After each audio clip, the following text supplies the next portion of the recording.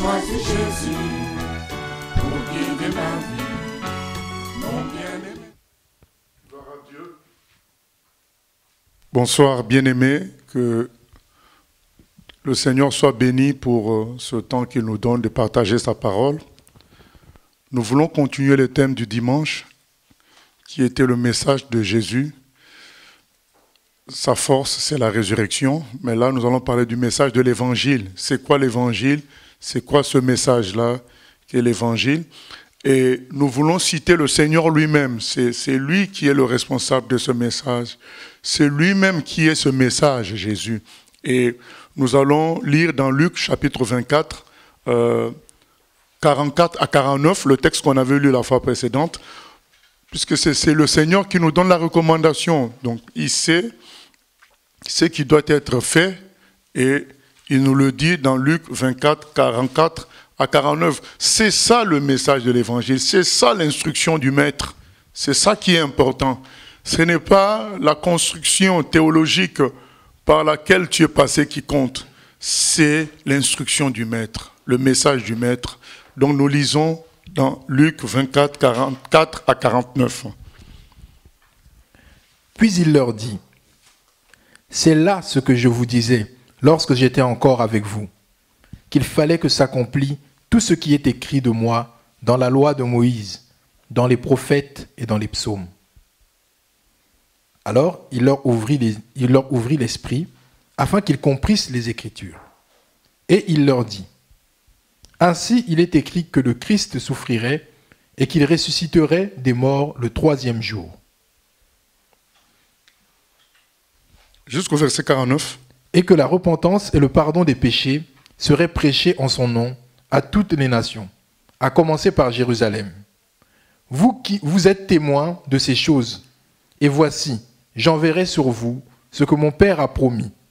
Mais vous, restez dans la ville, jusqu'à ce que vous soyez revêtus de la puissance d'en haut. Amen. Voilà, le Seigneur donne les éléments constituants du message de l'évangile. Il dit, ce n'est pas quelque chose de très nouveau, c'est quelque chose qui a été déjà annoncé dans les Écritures. Maintenant, Jésus, lui, vient accomplir cela. C'est pourquoi il a dit, je ne suis pas venu abolir, mais accomplir. C'est lui qui accomplit. Et du moment que lui, il accomplit, il ouvre donc la porte au démarrage. Parce que c'était déjà annoncé. Lui, il accomplit. Maintenant, allez, vous pouvez y aller. Donc, qui parle là? C'est Jésus ressuscité. Il leur dit maintenant, c'est ce que je vous disais depuis longtemps, il fallait que ce qui est écrit de moi dans les Écritures s'accomplisse. Et il va leur expliquer les Écritures. Il dit, en résumé, c'est écrit que le Christ devait souffrir. C'est ce qui s'est passé. J'ai souffert. J'ai été crucifié à la croix. Tout n'est pas expliqué, mais nous connaissons la parole de Dieu, nous connaissons la doctrine chrétienne. Pourquoi il devait souffrir? C'est à cause de nos péchés, à cause des péchés de toute l'humanité, jusqu'à être crucifié, condamné. En prenant notre condamnation sur lui, c'est lui qui a été condamné à notre place. Et cela s'est manifesté par sa crucifixion à la croix. C'est à cause des péchés. Et après la souffrance, il devait ressusciter des morts. Le 3e jour, tout cela était déjà prédit dans les Écritures. Donc lui, il vient accomplir cela. Il a dit, maintenant, j'ai tout accompli, je suis ressuscité. À partir du moment que je suis ressuscité, vous pouvez, à partir du moment où je suis ressuscité, vous pouvez maintenant aller. Puisque tout est fait, tout ce qui devait être fait, est fait. C'est pourquoi, même dans Jean 19, 30, il dit, tout est accompli. Mais il ne reste, ce qui devait être fait a été accompli, mais la conséquence de ça, c'était la résurrection. Et cette résurrection est maintenant était devenue palpable puisqu'ils étaient en train de parler avec Jésus ressuscité. Il dit, maintenant que vous avez tous les éléments, l'œuvre de la croix, pour le pardon des péchés, la résurrection pour attester de tout cela, pour vous donner une espérance vivante. C'est-à-dire que vous avez en face de vous, pas un discoureur, un avocat éloquent, un orateur éloquent. Vous avez de vous le ressuscité, quelqu'un qui vient de la mort et qui a triomphé de la mort. Vous l'avez en face de vous, vous pouvez le toucher, vous pouvez manger avec lui. Maintenant, vous avez une espérance vivante. Ce n'est pas une espérance qu'on tire de ce qui est écrit, tout simplement, comme tous les peuples ont une forme d'espérance à partir des héritages de leurs ancêtres sous forme d'écriture ou sous forme de paroles orales. Et ils s'en servent pour dire, mon ancêtre a dit ceci, mes ancêtres ont dit cela, donc moi je vais faire ceci. Mais où sont ses ancêtres? Ils sont dans le tombeau. Où sont ses prédécesseurs? Ils sont dans le tombeau. Mais là, ils avaient en face la personne qui a dit. Il est ressuscité. Il est vivant. Il peut accomplir ce qu'il a dit. C'est pourquoi Pierre appelle ça une espérance vivante. Parfois, certains termes ne sont pas très compris quand on lit dans la parole. Dans 1 Pierre 1,3, il dit... Par sa résurrection, nous avons une espérance vivante. Parce que les gens dans toute l'humanité ont des espérances. Il y en a qui espèrent dans leurs études. Il y en a qui espèrent par rapport à ce que les parents leur ont dit. Il y en a qui espèrent par rapport à ce que le chef d'entreprise leur a dit. Mais la différence entre ces espérances-là et celle qui est en Jésus, c'est que Jésus il a accompli totalement ce que il nous promet. C'est-à-dire que tout ce qui est dit dans l'Ancien Testament, dans les Écritures, lui, il a fini ça et il ressuscite. Du coup, toi qui es encore dans une position du milieu, tu te dis, mais j'y parviendrai aussi puisque lui, il y est parvenu. Mais comment tu vas savoir que tu parviendras concernant ce que Mahomet dit, puisque lui-même, tu ne peux pas le voir où il est, tu ne l'as pas vu ressusciter, il est mort, il est dans le tombeau. Comment tu peux être sûr d'Einstein? Il est dans le tombeau. Et ces théories sont contredites à notre époque, certaines des choses qu'il a dites. Mais là, nous avons en face quelqu'un qui a fait une théorie. Après, il démontre sa force d'accomplir cette théorie par sa résurrection. Du coup, tu peux être sûr de la théorie, puisqu'il démontre ça lui-même. C'est ça l'espérance vivante que nous avons. À partir de là, il dit, maintenant vous pouvez aller prêcher. Puisque vous avez une espérance vivante, vous avez une force que personne ne peut démonter. C'est pourquoi quand on persécutait les apôtres, on les perturbait. Ils étaient inébranlables. Ils répondaient aux gens, nous l'avons vu, ressuscité. À un moment, ils ont été fouettés, ils ont été frappés. On leur a dit, vous ne parlez plus de Jésus. Pierre a dit, mais comment on peut ne pas parler de ce qu'on a vu? C'est ça l'espérance vivante. Pierre en parle dans 1 Pierre 1,3. Il dit, c'est une espérance vivante parce qu'on lit des théories partout qui donnent une certaine espérance. Sauf que les gens qui font ces théories-là, tu vas lire Albert Camus, tu vas lire je ne sais pas qui, tous ces gens-là qui ont fait ces théories, ils n'ont pas pu démontrer ces théories-là eux-mêmes parce que la mort a tout enfoui. Jésus donne une théorie qu'il démontre. Il dit, c'était écrit que je devais souffrir pour les péchés des humains. Ensuite, je devais ressusciter le 3e jour. Je l'ai fait. Me voici. Donc du coup, vous pouvez croire réellement que vos péchés peuvent être pardonnés.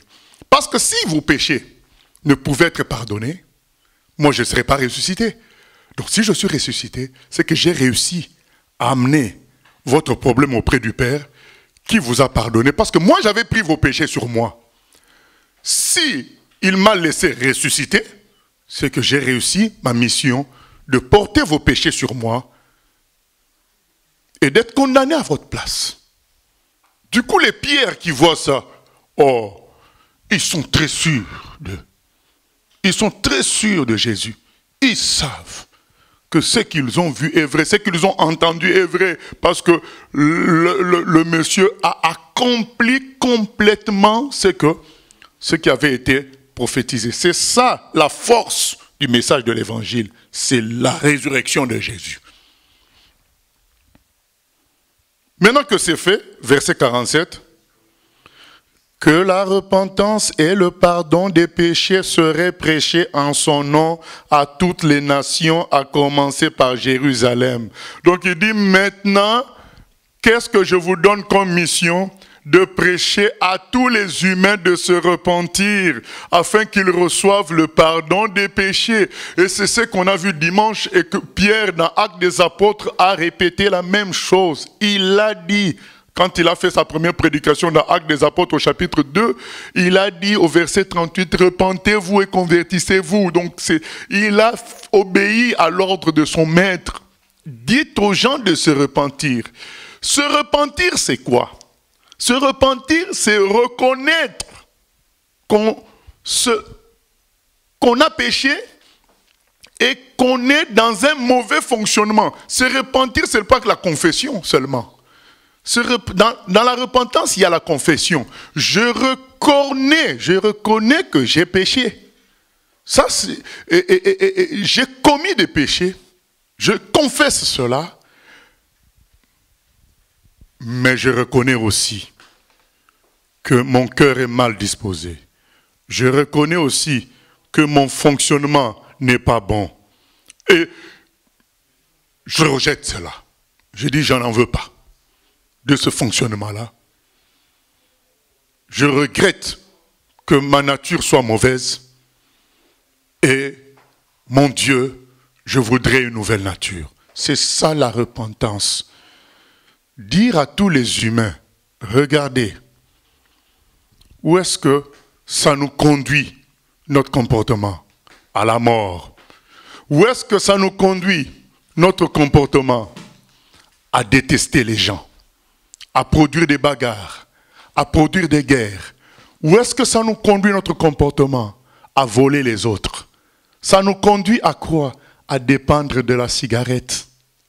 Ça nous conduit à quoi? À dépendre de l'argent.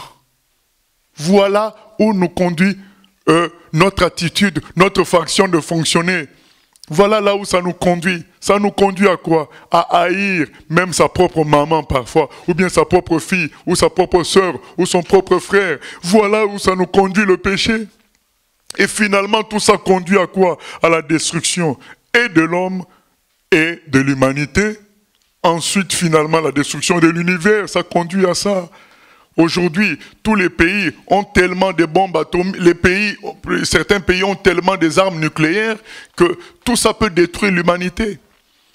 La destruction est là. Tout ça vient de quoi? Du péché. Pas seulement les péchés qu'on commet, mais notre mauvaise attitude, notre mauvaise tendance à faire le mal. C'est ça le problème. On doit se repentir, donc chacun de nous doit reconnaître cela. Qu'en lui, il y a une mauvaise attitude, en lui, il y a une mauvaise tendance. Chacun de nous doit reconnaître tant de péchés qu'il a commis. Dire, j'ai péché, mais Seigneur, à cause de ce que tu as fait à la croix, je demande le pardon. Verset 47, et que la repentance et le pardon des péchés seraient prêchés. Donc, malgré la multitude de péchés, le sang de Jésus a la capacité de les effacer. À la croix, Jésus a porté tout cela. Voilà la bonne nouvelle, c'est pourquoi on appelle l'évangile bonne nouvelle. C'est-à-dire, tel que tu es, viens, reconnais que tu as péché, reconnais que tu as une mauvaise tendance, reconnais qu'il y a le mal en toi. Repens-toi de cela, c'est-à-dire manifeste la volonté de ne plus vivre ainsi, mais de vivre comme Dieu veut. Ah, quand tu es dans cette situation-là, tu es pardonné par Jésus. En plus, il faut reconnaître que Jésus est mort pour toi à la croix. Tu es pardonné. Tu reçois la nouvelle nature. C'est ça qu'on nous demande à nous tous. Repentons-nous. Reconnaissons qu'en nous, il y a le mal. Avouons ça. Et manifestons notre désir de s'en départir, de rejeter cela et de prendre la nature divine qui vient par la résurrection de Jésus. D'ailleurs, c'est ça, quand on dit que quelqu'un se baptise, c'est ça que ça veut dire. Il meurt, il reconnaît que sa mauvaise nature et les péchés qu'il commet l'amènent à la mort. Et cette mort a été vécue par Christ à la croix. Donc quand il se baptise, il meurt avec, c'est comme s'il mourait avec Christ à la croix. Et quand il sort de l'eau, il prend la nouvelle vie de résurrection que Jésus lui apporte par sa résurrection. C'est ça le baptême. C'est le résumé de l'évangile. C'est le résumé de la vie chrétienne. Je meurs. Maintenant, je suis une nouvelle personne. Mais, bien-aimé, c'est un moyen très simple que chacun peut utiliser pour voir s'il est chrétien ou pas, s'il est converti ou pas. C'est-à-dire, est-ce que tu n'es plus comme avant? Je ne demande pas que tu demandes l'avis des autres. Toi-même, sois honnête avec toi-même. Est-ce que tu n'es plus comme avant? Est-ce que, comme Asaph dans le psaume 73, tu sens qu'il y a un principe de bonté en toi, une force de pureté et d'amour qui combat les envies du mal? C'est comme ça qu'on sait qu'on a reçu la nature de résurrection de Christ. Tu sens que tu n'es plus seul. Il y a une force supérieure qui est en toi, même s'il y a encore la faiblesse de la chair, il y a aussi une autre force. Vous savez, comme un avion, le fait qu'il vole, ça ne veut pas dire qu'il n'y a plus de pesanteur. La pesanteur existe toujours. Mais il y a une autre force qu'on appelle la portance qui porte l'avion. Elle est plus forte que la pesanteur au moment où elle porte l'avion. Et un vrai chrétien saura que, comme Asaph dans le psaume 73, il dit, quand j'ai voulu commencer à imiter les mauvais, j'ai senti que ce n'était pas de ma race. Il a eu envie d'imiter les mauvais parce qu'il avait l'impression que les mauvais réussissaient. Mais que lui qui vivait selon la parole de Dieu ne réussissait pas. Mais quand il a voulu les imiter, il a senti que ce n'était pas de sa race. Voilà, un chrétien, quand il veut maintenant s'atteler à faire le mal, sans se retenir, sans se contredire, il sent que ce n'est pas pour lui. Alors il se ressaisit, il se repent à nouveau, il confesse ses péchés et il demande que la vie de Christ vive en lui pleinement. Voilà ce que c'est que la repentance. Confesser ses péchés, reconnaître qu'on est mauvais, reconnaître qu'on a un fonctionnement qui n'est pas bon, reconnaître qu'on a des tendances qui ne sont pas bonnes et demander à Dieu de nous pardonner et de nous communiquer la nature de résurrection. C'est ce qu'on appelle la nouvelle naissance. C'est ce que nous devons prêcher à tous les hommes. Leur dire ceci, le monde nous montre que tout s'écroule et ça finira par le jugement dernier. Tout s'écroule, ça finira par la fin du monde. Mais Dieu a tant aimé les hommes qu'il a donné son Fils unique Jésus. Il l'a amené jusqu'à la croix, prendre nos péchés, et il est ressuscité. Symbole d'un monde nouveau. Donc, faisons l'impasse sur ce monde. Oublions ce monde. Et confions-nous à Jésus, afin qu'il nous lave par son sang de tous nos péchés et nous amène dans une nouvelle nature, en préparation du monde à venir. C'est ça la prédication de l'évangile. C'est ça le message. Verset 48. Et c'est écrit, prêcher en son nom à toutes les nations. À toutes toutes les nations, à commencer par Jérusalem. Ce n'est pas faire une grande salle de culte, mais c'est prêcher la parole à toutes les nations. Alors il leur ouvrit l'esprit afin qu'ils comprennent les écrits. Non, plutôt, excusez-moi, verset 48, vous êtes témoins de ces choses. Il dit au Pierre, vous êtes témoins. C'est pourquoi dans Acte 1:8, il dit, vous recevrez une puissance et vous serez mes témoins. Mais il le dit aussi là, au verset 49, et voici, j'enverrai sur vous ce que mon Père a promis, mais vous restez dans la ville jusqu'à ce que vous soyez revêtus de la puissance d'en haut. Bien-aimés, l'évangile ne peut être séparé de la puissance du Saint-Esprit. C'est lié. L'évangile et la puissance d'en haut, c'est lié. Ce n'est pas moi qui le dis. Dans Acte 1:8, il leur dit la même chose qu'il est en train de dire là. Vous allez prêcher l'évangile par la puissance qui vient d'en haut. Nous avons besoin de la puissance du Saint-Esprit. Personne ne peut s'en priver. Ce ne sont pas tes techniques d'évangélisation qui vont toucher les gens. C'est la puissance d'en haut. C'est ça qui nous permet d'être témoins de Jésus-Christ. Le chrétien doit soupirer après ça. Comme le frère Paul dit dans Éphésiens 5:18 plutôt, ne vous enivrez pas de vin, c'est de la débauche, mais soyez remplis du Saint-Esprit. Le chrétien doit prier. Demandez la plénitude du Saint-Esprit tout le temps. Il en a besoin pour faire passer le message. Ce n'est pas moi qui le dis, c'est ce qui est écrit. Ce morceau qu'on vient de lire, c'est le résumé de tout.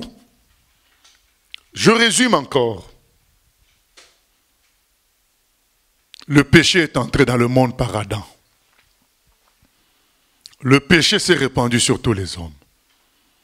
Ça produit la mort. Ça produit les tremblements de terre. Toutes les souffrances qu'on connaît sur la terre viennent par le fait que le péché a été introduit dans le monde à travers Satan et Adam. Maintenant, que fait Dieu? Il aime les hommes. Il veut les sauver. Mais aucun homme ne peut sauver l'autre parce que nous tous, nous sommes contaminés par le péché. Qu'est-ce qu'il fait? Il demande à son fils d'éternité. Son fils, il a toujours eu un fils d'éternité en éternité. Il dit, et tout ça c'est écrit dans la parole, bien aimé. On n'a pas le temps de lire tout puisque on a déjà fait des séminaires là-dessus. Mais ce que je vous dis là, c'est écrit dans Isaïe 56, que Dieu cherche quelqu'un pour aller sauver, son bras lui vient en aide. Donc il dit à son fils, c'est écrit aussi dans Psaume 40, tu n'as voulu ni sacrifice ni holocauste, mais tu m'as fait encore. Et je dis, me voici Seigneur, je viens pour faire ta volonté. Ça c'est le fils qui parle. Tu m'as formé un corps. Donc il a formé un corps à son fils, qui est venu par Marie, pour être celui qui allait sauver l'humanité. L'homme parfait qui allait sauver les autres hommes. C'est pourquoi Jésus s'est appelé comment? Le Fils de l'homme. Il vient en tant que l'homme parfait qui va sauver ses frères les humains. Ses frères, c'est une façon de parler. C'est congénères les humains. Et donc, tout ça, c'est écrit à l'avance, avant qu'il vienne. C'est écrit déjà. Et quand il vient, il passe par tout ce qui est écrit, les souffrances, la prédication de la parole de Dieu. Il explique qui est son Père, qui est Dieu. Et finalement, à la croix, il prend tous les péchés des humains et il est condamné pour ça. Du coup, les humains peuvent aspirer au pardon. Bien aimé, ce n'est pas pour rien qu'on insiste sur le pardon. Donc le pardon n'était pas possible avant. Parce que la loi de Dieu était claire. Celui qui pêche, il meurt. Le pardon n'est devenu possible que par la crucifixion de Jésus. Les pardons qu'on faisait avant par le Yom Kippour, c'était des pardons en attendant. C'était la couverture des péchés, mais c'était pas l'effacement. On n'effaçait pas les péchés. Le vrai pardon vient par l'œuvre de la croix. Maintenant, pour prouver que ce système-là est vrai, que par l'œuvre de la croix, Jésus sauve vraiment, lui-même il ressuscite. C'est la preuve qu'il a réussi son coup. Il a sauvé les humains, il s'est sauvé lui-même, parce que lui, il a pris les péchés des humains. Si lui qui a pris les péchés de tous les humains peut ressusciter, a fortiori, les humains dont lui, il a pris les péchés. Donc, son système fonctionne. Et maintenant qu'il est ressuscité, tout est fini. Vous pouvez maintenant aller prêcher. Vous pouvez aller dire aux gens, c'est bon, c'est réglé. On peut commencer une nouvelle vie. Mais condition, quelle est la condition? C'est la repentance. Voilà. Repentance et pardon. Le pardon est acquis à cause de l'œuvre de la croix. Il manque la condition humaine, la condition concernant les hommes, c'est reconnaître ses péchés, les avouer, reconnaître ses mauvaises tendances, reconnaître qu'on a une mauvaise nature. Troisièmement, décider de rejeter cette nature, de refuser ça, de dire mais j'en veux pas. Moi ce que je veux c'est la nature de Christ. Christ ressuscité est la preuve que tu peux recevoir cette nature. Parce qu'il est passé d'une nature de corps comme nous à la nature de résurrection, symbole, preuve que nous aussi, nous pouvons recevoir cette nature de résurrection. Et c'est ça qu'on appelle le baptême. C'est pourquoi être chrétien et être baptisé, c'est indissociable. Parce que c'est ça le message de l'évangile. Si on en est vraiment enfant de Dieu, on doit passer par le baptême qui symbolise ce qui s'est passé. J'ai rejeté le monde ancien. J'ai rejeté mon mauvais fonctionnement d'autrefois. J'ai rejeté mes péchés. Maintenant, je veux vivre le monde nouveau, le monde de Jésus et la vie nouvelle, la vie de Christ. Je me souviens d'un baptême en Nouvelle-Calédonie, dans la tribu de coupeurs de têtes, la tribu de chasseurs, ces gens-là, ils mangeaient même les humains aussi. Et un des plus grands chasseurs s'est converti à Jésus. Et pendant qu'ils se baptisaient, ils étaient dans une vallée assez profonde et les autres étaient en haut. Le public était en haut. Lui, il se faisait baptiser dans la vallée. Il parlait à ses anciens amis bandits, assassins. Il disait, les amis, adieu, j'ai changé de monde, j'ai changé de vie, adieu, c'est fini. Et là, il a entré dans les eaux de baptême. C'est ça, adieu, je ne veux plus le fonctionnement du monde. Je ne veux plus imiter le monde. Je veux le fonctionnement de Jésus par qui? Verset 49, par le Saint-Esprit. Attendez, vous recevrez le Saint-Esprit. Le Saint-Esprit vous donnera la puissance de parler de moi et de vivre l'évangile. Parce que l'évangile, ce n'est pas qu'un message, c'est aussi une vie. Donc quand on dit le message de l'évangile, là on a parlé du système de l'évangile. Maintenant, la deuxième chose, c'est le discours. Donc on nous appelle à prêcher ce système, à parler de ça. Et la troisième chose, l'évangile, c'est Jésus lui-même. C'est-à-dire que ce que nous disons aux gens, c'est un processus que Jésus lui-même a vécu. Il a pris la nature d'Adam, il a pris les péchés d'Adam, c'est-à-dire nos péchés à nous tous, et il a été crucifié. Il est mort. Au fait, c'est le processus que propose l'évangile. La vie de Jésus, c'est le processus que propose l'évangile. À nous tous de reconnaître qu'on a le péché en nous, la nature adamique, et mourir avec ça pour recevoir la résurrection en Christ. Du coup, il ne suffit pas de parler, mais il faut être une répétition, chacun d'entre nous, une répétition de Jésus. Quand les gens nous voient, s'ils avaient eu un jour l'occasion de lire la Bible, ou bien les évangiles, qui se disent, tiens, vraiment, c'est comme Jésus, quoi. Et d'ailleurs, c'est comme ça que les inconvertis, les non-croyants, ont appelé les premiers disciples de Jésus. Ce n'est pas les disciples de Jésus qui se sont donné le nom de chrétiens, c'est les autres qui ont trouvé qu'ils ressemblaient à ceux qu'ils ont entendus sur Jésus. Ils les ont appelés les chrétiens parce qu'ils ressemblaient à Jésus. Donc le message n'est pas qu'un discours, c'est une vie. Chacune de nos vies est le message, parce que les gens ne voient pas Christ ressuscité, mais ils peuvent le voir si nous, on le laisse se manifester en nous, parce que le jour où on se convertit, on reçoit Christ. Plus nous le manifestons, plus ils verront Christ ressuscité en nous. Ils croiront au discours. Voilà le résumé que nous voulions faire. Malheureusement, les choses ont changé. Les choses ont pris une autre tournure. Nous allons donner quelques points auxquels on doit faire attention pour ne pas fausser le message de l'évangile.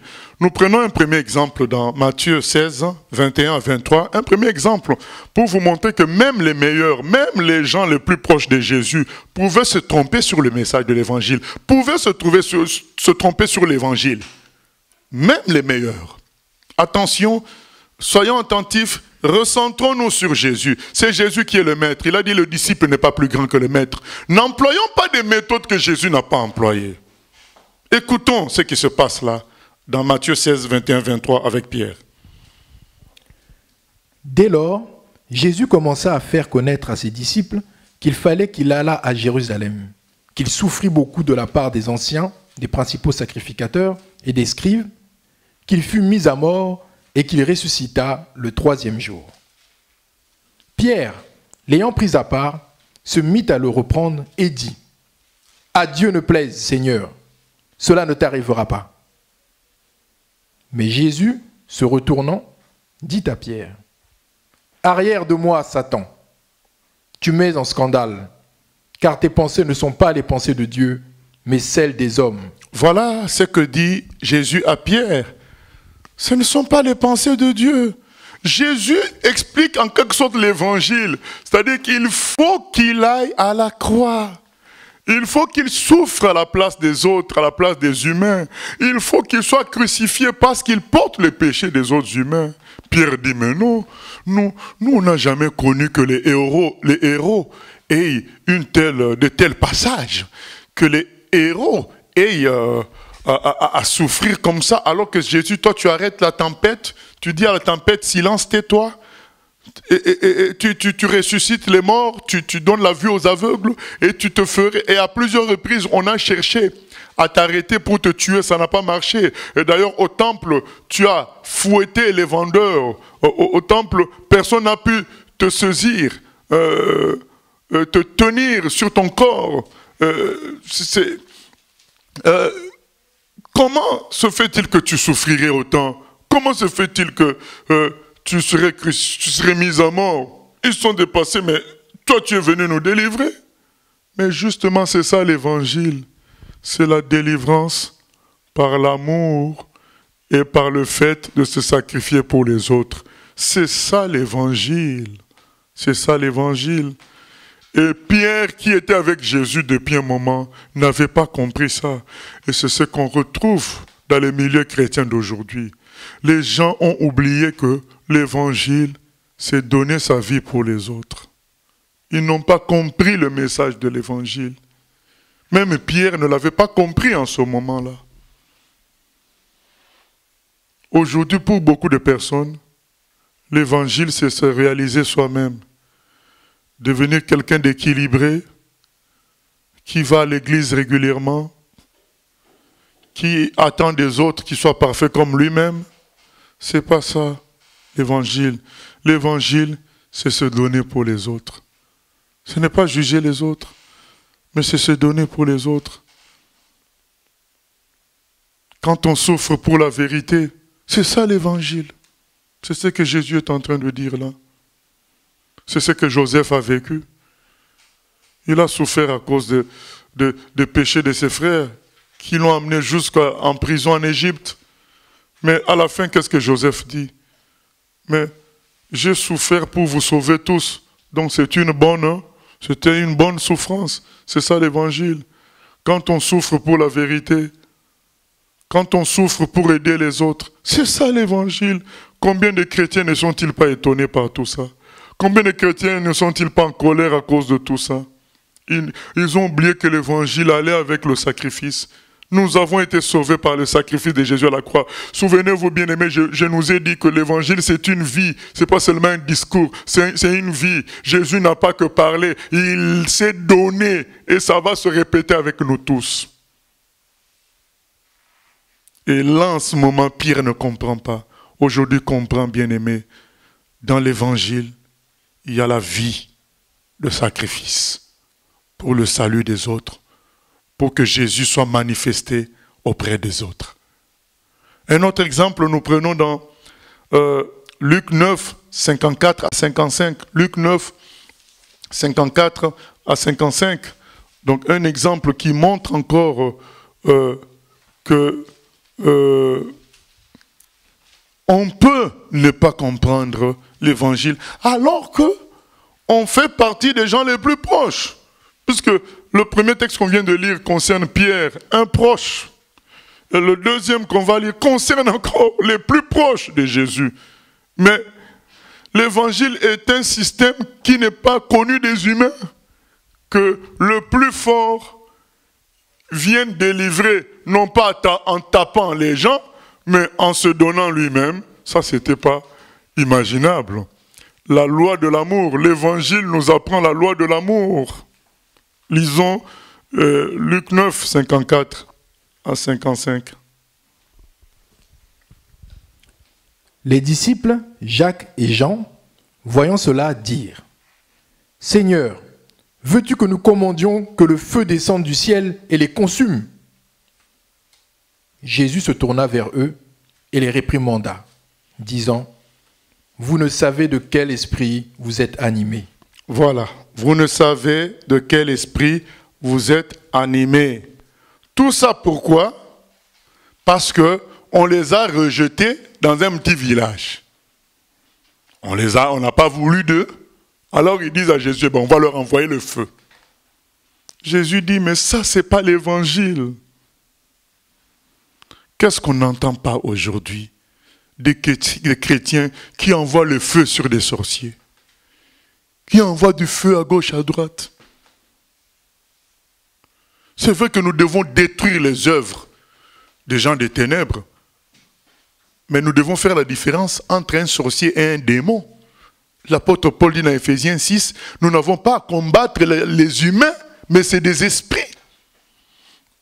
On peut détruire les œuvres des mauvais humains, mais pas les détruire eux-mêmes. Ça appartient à Dieu. Ils ont voulu envoyer le feu chez les gens parce qu'ils n'ont pas encore saisi l'évangile. L'évangile, ce n'est pas la colère. Quelqu'un qui ne veut pas de ton message, prie pour lui. Parle à Dieu de la situation. Mais ce n'est pas se fâcher contre ceux qui refusent le message de l'évangile. Le Seigneur nous appelle à avoir l'esprit de confiance en son Esprit Saint. Il est capable de toucher les cœurs. Alors nous n'avons pas à nous énerver quand quelqu'un refuse Dieu pour lui jeter du feu. Non. Nous devons patienter, continuer à prier, continuer à annoncer la parole, selon la conduite, selon la puissance du Saint-Esprit. D'ailleurs, on va lire dans Jean 13, 34 à 35, nous lisons Jean 13, 34 à 35. Je vous donne un commandement nouveau. Aimez-vous les uns les autres. comme je vous ai aimé, vous aussi, aimez-vous les uns les autres. À ceci, tous connaîtront que vous êtes mes disciples, si vous avez de l'amour les uns pour les autres. Amen. J'ai dit tout à l'heure, je vais le redire encore, l'évangile n'est pas qu'un discours, c'est une vie. Jésus dit, vous prêcherez aux gens l'évangile par l'amour entre chrétiens. Ça sera une puissance pour apporter l'évangile aux gens. L'amour entre vous. Mais combien de païens qui habitent avec les chrétiens ne sont-ils pas spectateurs et observateurs de toutes les critiques que les chrétiens font les uns sur les autres, en plus parfois sans prendre de précautions, au milieu parfois des païens avec qui ils habitent dans la même maison, au milieu des enfants. Les enfants sont témoins de tout ça et ils ont une mauvaise idée de l'Église, des enfants de Dieu. L'amour entre vous, c'est ça l'évangile. L'évangile, c'est l'amour. Le Seigneur dit dans Jean 17, son Père et lui sont un dans l'amour. Il faut que nous aussi, nous soyons un. C'est ça qui fait la puissance de l'évangile. L'amour des enfants, entre enfants de Dieu. Que l'on soit d'une même assemblée ou pas. Avoir de bonnes intentions. Quelqu'un se déclare chrétien. On a de bonnes intentions, on ne juge pas. On n'a pas dit de suivre ce que les gens font. De mal. Mais d'avoir un cœur d'amour. C'est un frère, c'est une sœur. Il dit c'est comme ça que le message de l'évangile sera réel. C'est comme ça que les gens réaliseront qui je suis, moi, Jésus. Voilà le message de l'évangile, l'amour entre chrétiens. Nous lisons aussi 2 Timothée 2, 22 à 26. Bon, on peut peut-être commencer par 1 Timothée 6, 6 à 11. 1 Timothée 6, 6 à 11.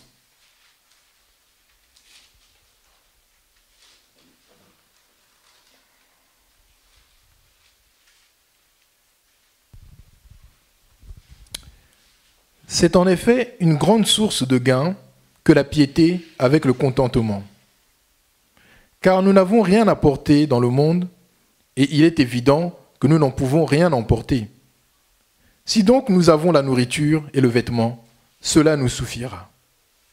Mais ceux qui veulent s'enrichir tombent dans la tentation, dans le piège et dans beaucoup de désirs insensés et pernicieux, qui plongent les hommes dans la ruine et la perdition.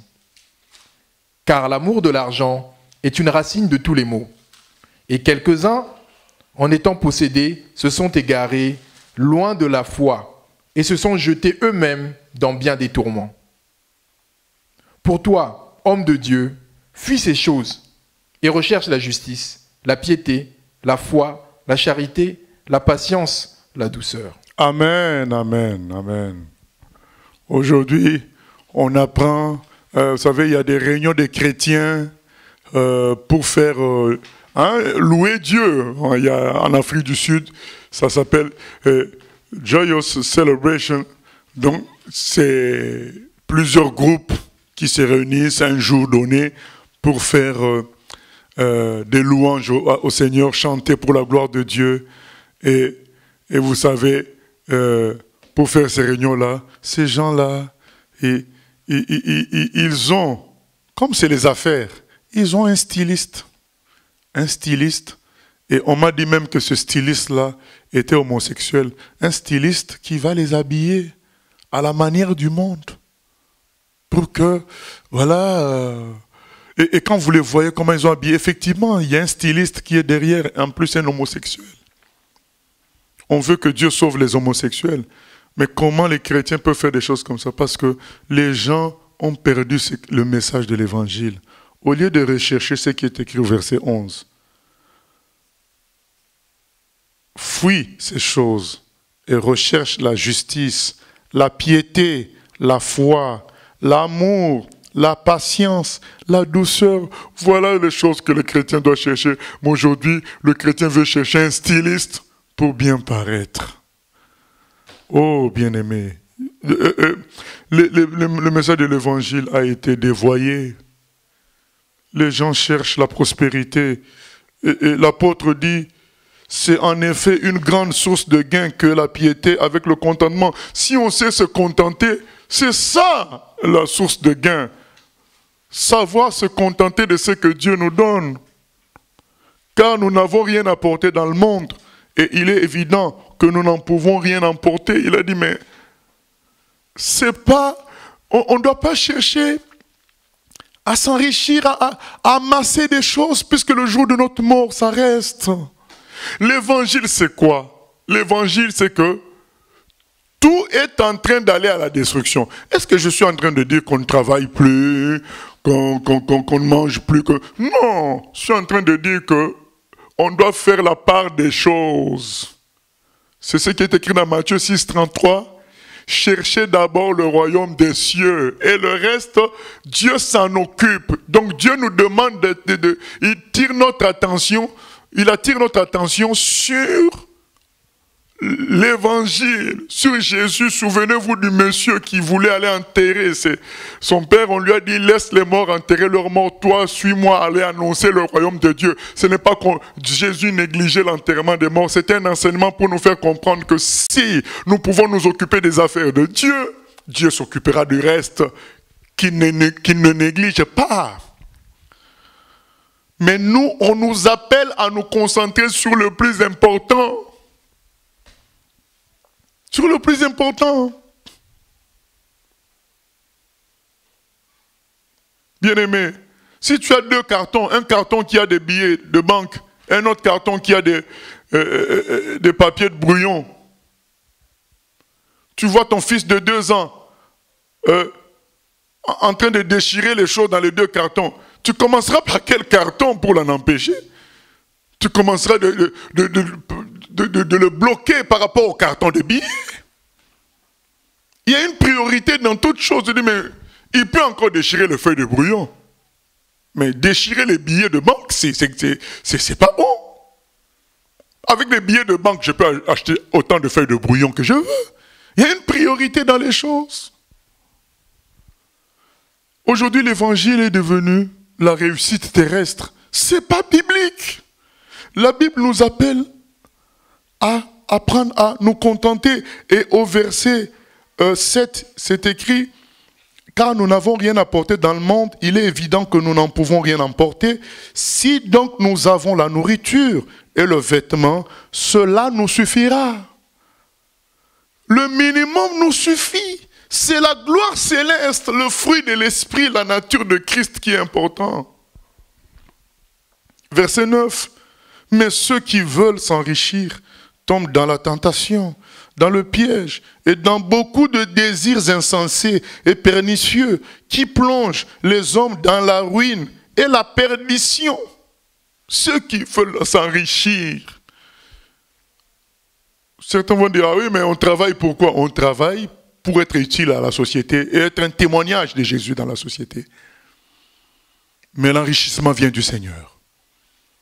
Nous ne devons pas chercher l'enrichissement. On doit travailler pour être utile. Et être un témoignage, une lumière dans le monde, le sel de la terre. Car ceux qui veulent s'enrichir tombent dans des pièges. C'est ça la réalité. Aujourd'hui, les églises se sont spécialisées dans la prédication du bonheur terrestre. Comment vivre en couple, comment vivre... Au lieu d'insister sur la nouvelle nature que Christ nous apporte, la nature de résurrection, la nature du ciel, qui amène la justice, la piété, la foi, l'amour, la patience et la douceur, la nature de Jésus, et cette vie-là, cette nature-là qui est une prédication en elle-même. Au fait, le système d'aujourd'hui, c'est quoi? Sois en bonne santé. Bonne réussite professionnelle, bonne réussite familiale,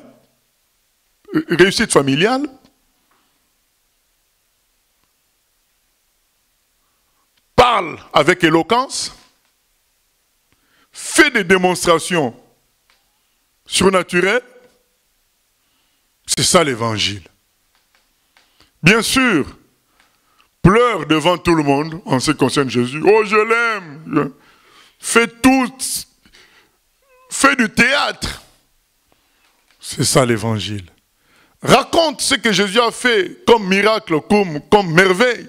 C'est ça l'évangile. Non, non.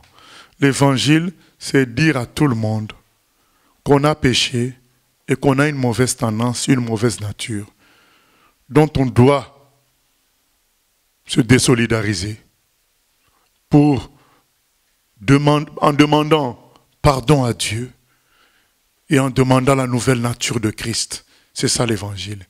Maintenant, pendant qu'on est en train de poser ce message-là, l'Esprit Saint que le Seigneur a envoyé pour nous soutenir, il va guérir les gens pour leur montrer, leur donner un exemple de résurrection. Vous savez, la guérison, c'est un exemple de résurrection. On te donne une seconde vie. Quelqu'un qui est habitué à une maladie, quand il est guéri, c'est comme s'il commence une nouvelle vie. Il peut comprendre c'est quoi la nouvelle naissance. Il peut comprendre c'est quoi la résurrection à venir. L'Esprit Saint va faire des miracles. Mais ce n'est pas ça le message. Le message, c'est la repentance pour recevoir le pardon des péchés. Le message, c'est Christ est mort à la croix pour le pardon des péchés. Le message, c'est qu'il est ressuscité. Démonstration d'un monde nouveau et d'une vie nouvelle. Le message, c'est quoi? Tu dois décider personnellement de changer de façon de vivre. La résurrection de Jésus est la preuve que tu peux tenir parce que tu auras une nouvelle nature qui t'aidera à vivre la volonté de Dieu. C'est ça le message de l'évangile. Prospérité, mariage, réussite, je ne sais pas quoi. Ce n'est pas ça le message de l'évangile, même si Dieu n'est pas contre un mariage réussi, au contraire. Mais quel est le mariage réussi selon Dieu? C'est celui qui apporte les gens, qui amène les gens plus près de Dieu, plus près dans l'appel de Dieu, plus loin dans l'appel de Dieu. Ce n'est pas là où on se fait des cadeaux, on se fête des 15e anniversaire de mariage, et cela. Ce n'est pas mauvais si ça peut arriver, tout ça, mais ce n'est pas ça l'évangile. Et le Seigneur nous dit ceci dans Matthieu 6, 33. Si vous cherchez le royaume de Dieu, moi je vous donnerai le reste. Alors pourquoi perdre son temps à chercher soi-même le reste? Je préfère chercher le royaume de Dieu. Comme ça, je suis sûr du reste. Nous lisons 2 Timothée 2, 22 à 26.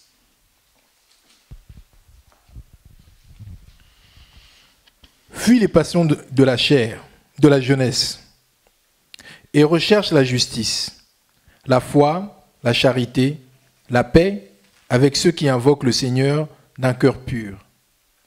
Repousse les discussions folles et inutiles, sachant qu'elles font naître des querelles. Or, il ne faut pas qu'un serviteur du Seigneur ait des querelles. Il doit, au contraire, avoir de la condescendance pour tous, être propre à enseigner, doué de patience. Il doit redresser avec douceur les adversaires, dans l'espérance que Dieu leur donnera la repentance pour arriver à la connaissance de la vérité, et que, revenus à leur bon sens, ils se dégageront des pièges du diable qui s'est emparé d'eux pour les soumettre à sa volonté. Amen, amen. Il nous est demandé de fuir les querelles, bien-aimés. Fuir les querelles. Qu'est-ce qui détruit l'Église aujourd'hui? C'est les querelles. Les querelles dans la même assemblée. Les querelles entre assemblées.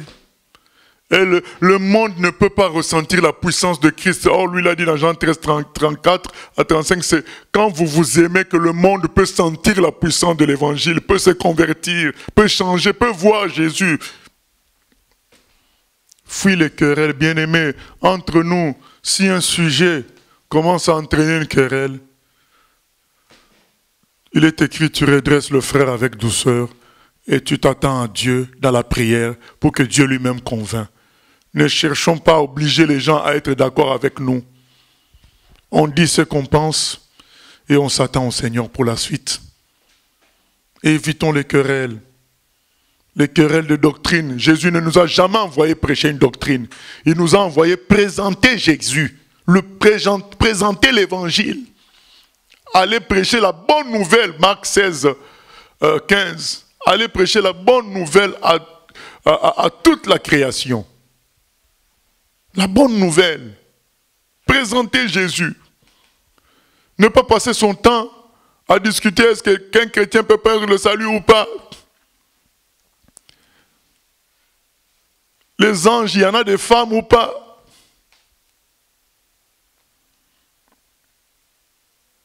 La dîme, non, on ne peut pas faire de ça le sujet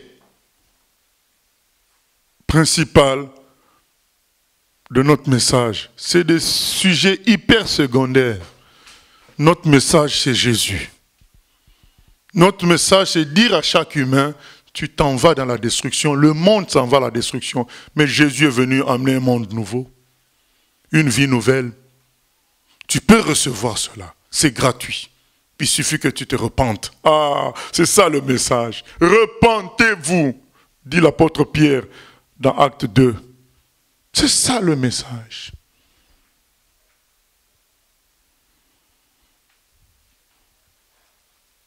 Nous allons écouter quelques questions. Je rappelle que si nous avons des questions, même en dehors des sujets, on peut toujours les poser. Jusqu'avec ces confinements, on n'a plus des contacts réguliers. Donc on répondra à tout par le soutien et l'aide du Seigneur. Bon, tu as répondu à certaines questions lors de l'exhortation, mais je les pose quand même. Nous n'étions pas là pour constater que le tombeau était vide le 3e jour, il y a 2000 ans. C'est notre foi qui nous permet d'y croire et l'amour pour Jésus et l'amour de la vérité qui nous fait grâce de croire. Mais comment les gens du monde, sans foi, sans amour de la vérité, peuvent-ils croire que Jésus est vraiment ressuscité? Voilà, bien-aimés, nous croyons à la résurrection de Jésus. C'est vrai par la foi, mais nous croyons en la résurrection de Jésus par transmission. C'est-à-dire que quand Jésus est ressuscité, il a été vu par des gens qui l'ont dit à d'autres. Et ces gens-là ont dit encore à d'autres, et c'est arrivé jusqu'à nous. C'est par témoignage, c'est par transmission. Ce n'est pas juste comme ça. Vous savez, comme au début, nous tous, nous croyons en Dieu, mais nous ne l'avons pas vu Dieu. Mais les disciples de Christ l'ont vu ressusciter. C'est ça la différence. Ils l'ont vu. Donc là, il ne s'agit pas que de foi, mais il s'agit de la transmission. C'est-à-dire que quelqu'un a vu, il dit aux autres, j'ai vu. C'est pourquoi Pierre appelle ça dans 1 Pierre 1,3 une espérance vivante. C'est-à-dire que tu as vu ce en quoi tu crois. C'est ça la différence. Alors que quand on croit en Dieu, on ne voit pas. Mais on voit ses œuvres, on réalise qu'il doit exister, qu'il est là, et on sent sa présence dans notre conscience, on sent qu'il existe. Mais la résurrection de Christ, ce n'est pas le cas. C'est qu'ils ont vu. Et ils ont dit à des gens, qui ont dit à d'autres, et c'est arrivé jusqu'à nous. Maintenant, deuxième élément, c'est que cette résurrection est rendue réelle en chacun d'entre nous par l'Esprit Saint. De sorte que, même si nous ne voyons pas Christ ressuscité, nous ressentons Christ ressuscité en nous. Et quand maintenant nous parlons aux gens, maintenant j'en viens aux païens, ils vont, par l'Esprit Saint, recevoir cette résurrection-là à travers notre comportement qui ressemble à Jésus et à travers la puissance du Saint-Esprit qui les en informe dans leur cœur. Ils vont recevoir ça. Et c'est vraiment par la puissance du Saint-Esprit et par le canal que nous sommes qui transmettons notre propre résurrection aux autres. C'est vraiment une question de transmission. C'est pourquoi j'ai dit que l'évangile, c'est une vie. Bien aimé, nous avons vu beaucoup de gens croire en Jésus. Avec mon âge, j'en ai vu beaucoup. Mais qui, finalement, se sont retirés. Ils ont fait naufrage par rapport à la foi. Parce que quand tout allait bien, ils ont applaudi. Mais quand les difficultés sont venues, ils n'avaient pas Christ en eux. La résurrection, c'est déjà en nous-mêmes. Et on transmet ça. Donc quand on parle de lui, on transmet ça à la personne qui écoute. De sorte que ça peut devenir pas visible avec les yeux, mais visible dans le cœur. Donc je recommence. Le plus important, c'est comprendre que ce n'est pas juste par la foi que nous croyons à la résurrection de Jésus. C'est aussi par transmission, parce qu'il y a des gens qui l'ont vu. Deuxièmement, comprendre que la résurrection de Jésus, c'est fait exprès, que ça se passe par transmission, pour qu'il y ait unité des croyants. Parce que si chacun voyait Jésus à sa manière, chacun peut le décrire comme il veut. Mais quand ça se passe par transmission, il y a unité des croyants et, comment dire, Jésus nous associe à sa gloire. C'est-à-dire que c'est nous maintenant qui montrons qu'il est ressuscité par sa résurrection en nous. Donc, si nous voulons que les païens croient en la résurrection de Jésus, nous-mêmes, nous devons vivre cette résurrection-là et avoir de la force par rapport à cette résurrection-là. Parler de Jésus à quelqu'un de sa famille ou dans la rue, doit-il se faire conduire par le Saint-Esprit ou y a-t-il une part de courage personnel? En résumé, quand passer à l'action? Passer à l'action quand on peut. Voilà, c'est ça la réponse. Comment moi je veux savoir si c'est le Saint-Esprit ou le courage personnel? Quand je peux, j'attaque. Donc pour cela, on peut lire 2 Timothée 4. 2 Timothée 4. 1 à 2.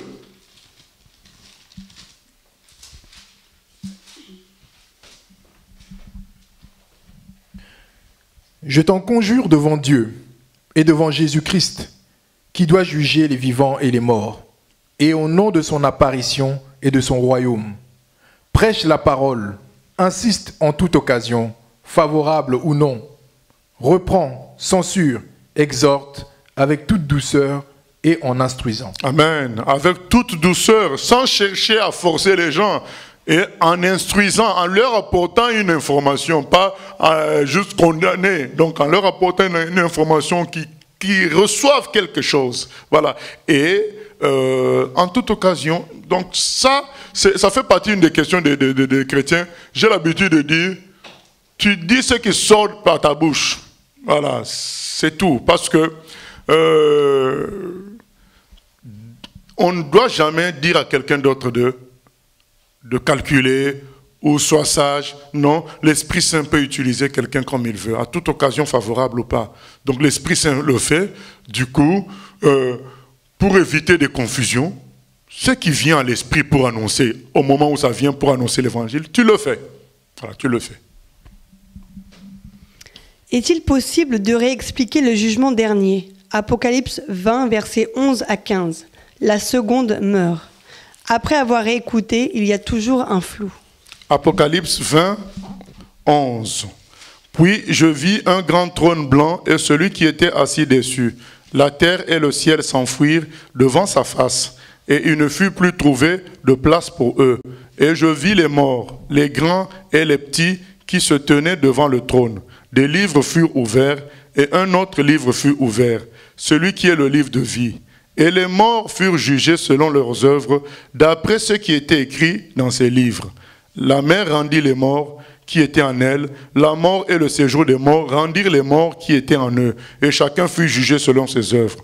Puis la mort et le séjour des morts furent jetés dans les temps de feu. C'est la seconde mort, les temps de feu.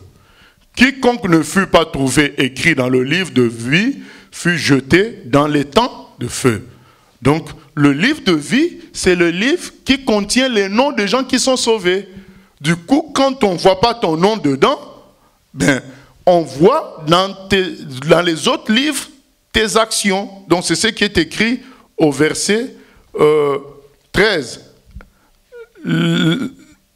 et chacun fut jugé selon ses œuvres, telles qu'on voyait dans les livres. Donc même dans le verset 12, je crois, c'est écrit, « Et je vis les morts, les grands et les petits qui se tenaient devant le trône. Des livres furent ouverts, au pluriel. Et un autre livre fut ouvert. » Ça, c'est le livre spécial. C'est celui qui est le livre de vie.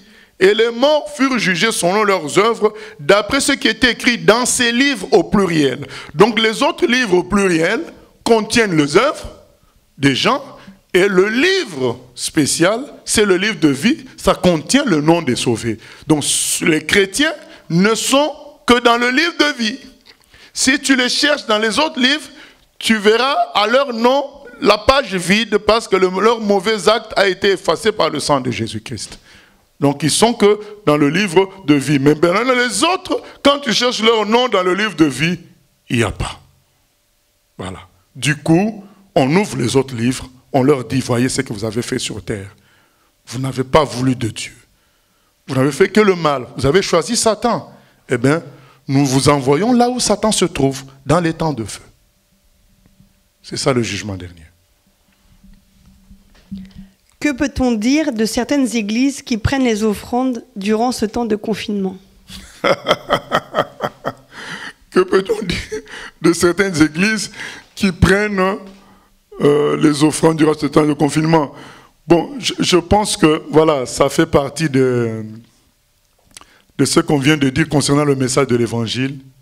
C'est qu'on a confondu le message de l'Évangile avec les bâtiments, avec la construction financière, même si nous avons besoin d'argent pour fonctionner, mais dans le message de l'Évangile, c'est quoi? C'est chercher d'abord le royaume des cieux, aller annoncer, moi je m'occupe du reste. Nous sommes dans le confinement. Pour moi, je parle pour moi, et ce que je comprends du message de l'Évangile, allez dire aux gens, maintenant, vous allez mettre les offrandes de telle manière, je pense que c'est mal placé, c'est montrer une faiblesse par rapport à l'argent. Je crois que nous devons faire confiance en Dieu. Certains diront, mais vous n'avez pas les salles qui coûtent cher comme les autres.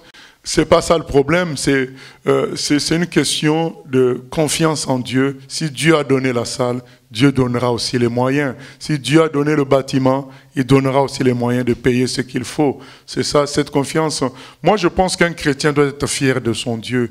Il ne doit pas... Vous savez, dans Esdras, chapitre 8, je ne sais pas si on peut y aller, Esdras, chapitre 8, ça va nous parler, Esdras, chapitre 8, là où Esdras est en train de dire que il avait honte de demander l'aide au roi, puisqu'il a déjà dit au roi que le Seigneur viendra voilà, verset 21-22. On peut lire ça. Esdras 8, 21, 22.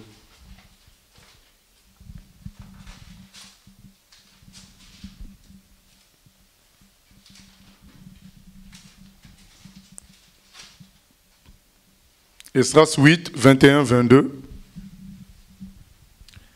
Là, près du fleuve d'Ava, je publiai un jeûne d'humiliation devant notre Dieu, afin d'implorer de lui un heureux voyage pour nous, pour nos enfants et pour tout ce qui nous appartenait.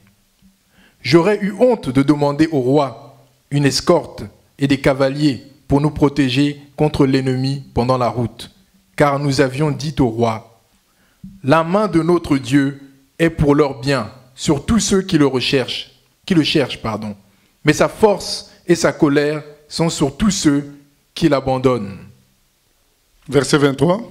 C'est à cause de cela que nous jeûnâmes et que nous invoquâmes notre Dieu et il nous exauça. Amen. Esdras dit, moi j'ai déjà dit au roi que la main de notre Dieu est pour nous, est sur nous. Si je vais encore lui demander la protection, ça rabaisse mon Dieu. Je pense que nous, prédicateurs, on doit se dire, mais moi je prêche à ces brebis, à ces bien-aimés que Dieu est bon, puissant, il peut s'occuper de nous. Bon, après que ces gens-là me voient encore trembler devant les offrandes, mais ça annule tout ce que moi j'ai prêché comme message de foi en Dieu, de gloire de Dieu. Je pense que c'est ça. Les prédicateurs doivent avoir le respect de Dieu, doivent avoir la sensation de dignité de Dieu pour dire, mais attends, moi je leur dis que Dieu est tout puissant, maintenant je vais trembler devant les offrandes, puisqu'il y a le confinement, il ne donne plus les offrandes, bien aimés. C'est là que notre Dieu doit montrer qu'il est Dieu. Mais par contre, nous on a des cas où des gens nous appellent pour dire, mais je veux donner les offrandes, est-ce que vous pouvez m'envoyer le relevé bancaire de l'église? Nous envoyons puisque c'est la personne qui a demandé. Donc nous nous tenons disponibles au cas où la personne fait cette demande. Mais que nous puissions faire un communiqué, installer un système, dire aux gens, maintenant vous pouvez donner de telle manière. Ah non, je crois que le Saint-Esprit lui-même s'occupe de ça, il touche les cœurs. Bien aimé, on peut se retrouver même après le confinement, finalement, se retrouver avec plus de moyens qu'avant. Dieu est tout puissant. Je crois qu'on doit pratiquer ce qu'on prêche. C'est ça aussi l'évangile. Jésus, dans l'évangile, il dit aux apôtres, allez, ne prenez ni argent, ne prenez pas ceci. L'ouvrier mérite son salaire, je pourvoirai à vos besoins. Donc, ça fait partie de l'évangile. Montrer que Jésus est ressuscité. Tout est désormais possible, que ce soit la guérison d'un malade, la délivrance d'un possédé. Tout est possible puisque Jésus est ressuscité, il a vaincu la mort. Donc il a vaincu le négatif, il a vaincu la destruction, il a vaincu la sécheresse, il a vaincu la famine. Nous on a connu des situations où la nuit, je dors, je dis Seigneur, ça fait longtemps que j'ai mangé des fruits. Et le matin, la journée, un bien-aimé amène le fruit. Dieu est fidèle et tout-puissant.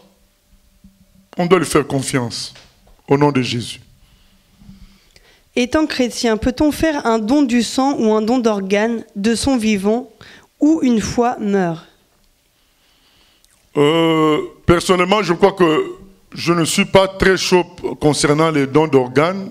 Pour moi, c'est de l'acharnement à la vie. L'évangile, même si il nous parle d'imposer les mains aux malades afin qu'ils soient guéris, l'évangile ne nous pousse pas à insister sur la terre. L'évangile, au contraire, nous dit que la terre est de passage. Et pour moi, les dons d'organes, c'est de l'acharnement, et je pense que quand on arrive dans des situations difficiles, on doit prier que Dieu nous guérisse. Et voilà, ça c'est ma position. C'est ma position.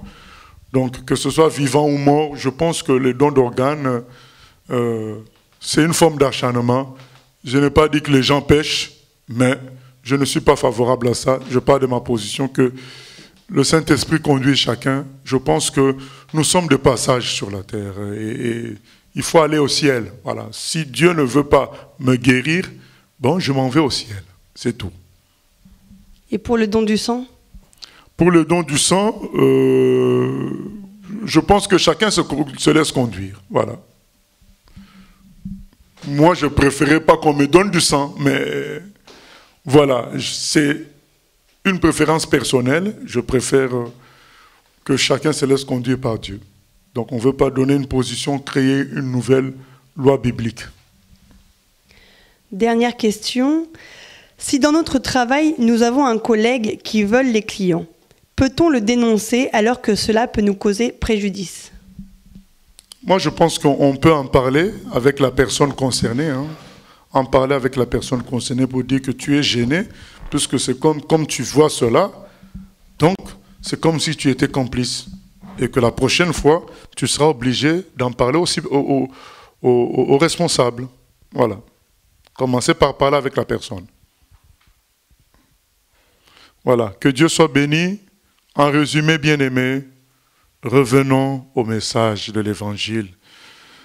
On s'est tellement éloigné qu'on a perdu en puissance, on a perdu en gloire, on a perdu en simplicité, en joie, en tranquillité.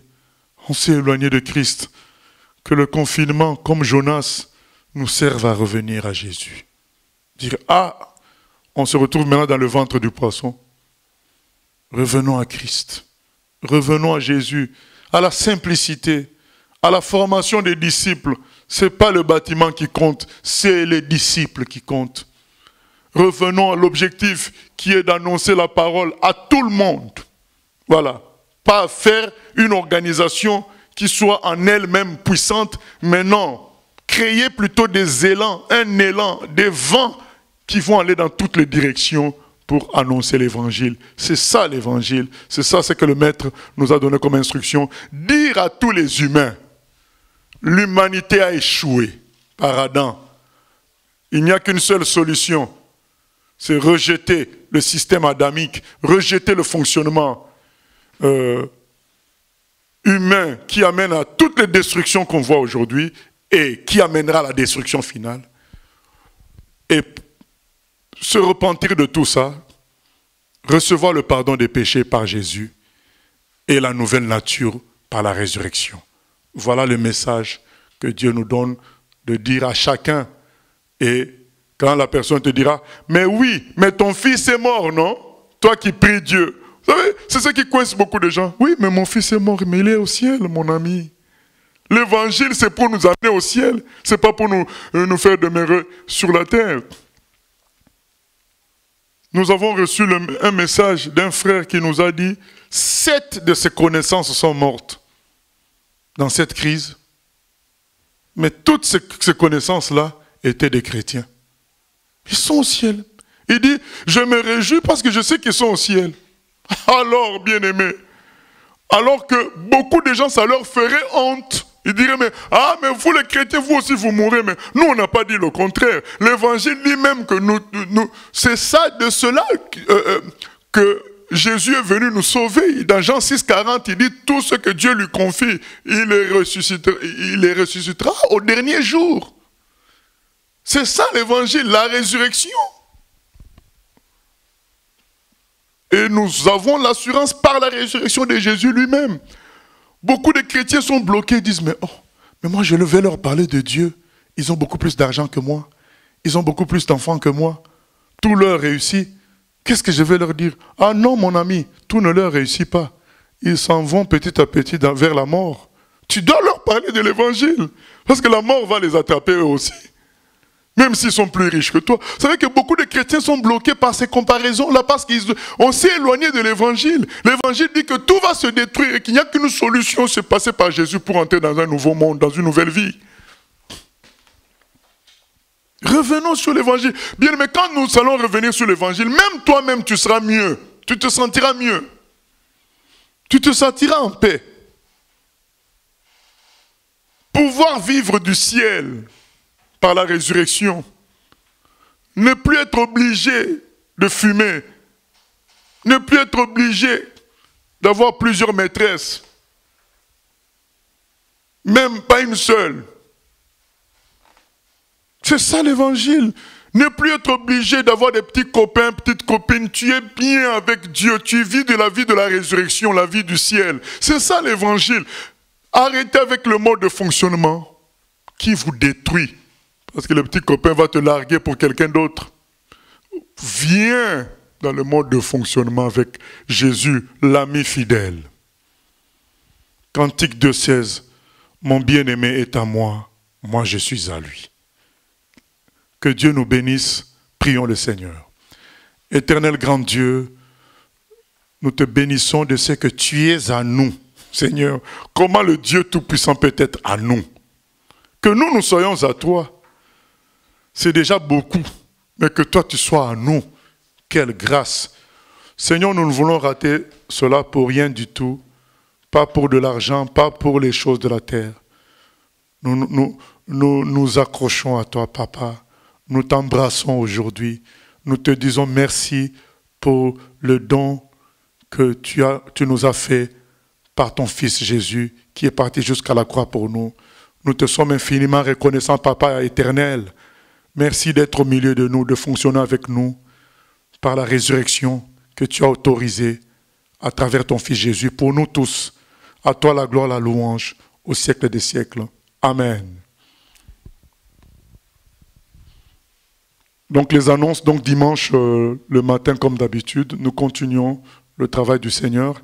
Et pour les bien-aimés qui se retrouvent vraiment seuls chez eux ou bien seuls chrétiens, nous voulons faire des prières d'intercession. Je crois que ça sera probablement le mercredi à 19 h. Donc on laisse aux gens qui font les prières en famille faire leurs prières en famille. Et maintenant, ceux qui se retrouvent seuls, on va essayer de faire une prière par Zoom. Donc par Zoom de 19 h à 20 h. Donc on va confirmer les choses dans la semaine. Donc les gens pourront se connecter par Zoom. On va mettre les coordonnées, comment se connecter. Et comme ça, ces bien-aimés qui se retrouvent vraiment seuls peuvent avoir quand même une interaction avec d'autres personnes. Voilà, que Dieu nous bénisse et à la prochaine.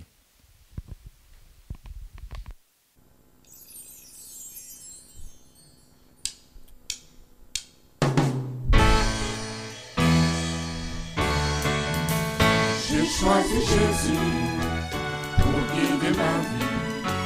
Mon bien-aimé Jésus, il est à moi, je suis à lui.